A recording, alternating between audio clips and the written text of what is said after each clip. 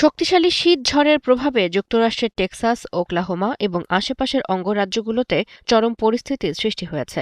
শুক্রবার সকাল থেকেই নর্থ ওয়েস্ট টেক্সাস এবং ওকলাহোমা সিটিতে শুরু হয় ভারী তুষারপাত। বরফে ঢেকে যায় সড়ক, বন্ধ হয়ে পড়ে যান চলাচল।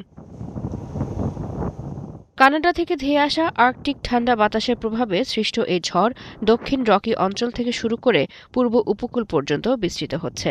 ১৮টি অঙ্গরাজ্যে জারি করা হয়েছে জরুরি অবস্থা। অনেক এলাকায় বন্ধ করে দেওয়া হয়েছে স্কুল ও সরকারি দপ্তর। বাসিন্দারা প্রস্তুতি নিতে শুরু করেছেন ভয়াবহ ঠান্ডা আর সম্ভাব্য বিদ্যুৎ বিভ্রাটের জন্য।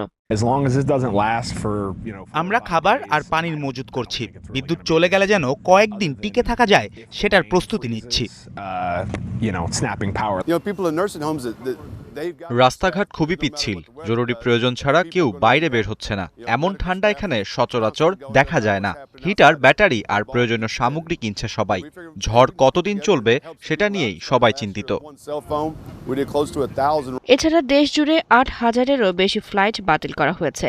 ফ্লাইট ট্র্যাকিং ওয়েবসাইট ফ্লাইট আওয়ারের তথ্য অনুযায়ী শনিবার ৩,৪০০টির বেশি ফ্লাইট বিলম্বিত বা বাতিল হয়েছে। আবহাওয়াবিদদের মতে বরফ জমে যে ক্ষয়ক্ষতির আশঙ্কা করা হচ্ছে তা কোনো শক্তিশালী হারিকেনের চেয়ে কম নয়। ডাকোটা এবং মিনেসোটায় তাপমাত্রা হিমাঙ্কের নিচে -৪৫ ডিগ্রি সেলসিয়াস পর্যন্ত নেমে গেছে।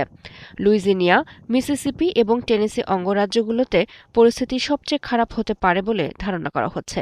এমন পরিস্থিতিতে প্রেসিডেন্ট ডোনাল্ড ট্রাম্প সামাজিক যোগাযোগ মাধ্যমে জানিয়েছেন, পরিস্থিতি মোকাবিলায় কেন্দ্রীয় জরুরি ব্যবস্থাপনা সংস্থা সম্পূর্ণ প্রস্তুত রয়েছে। জয়তী সরওয়ার, ৭১।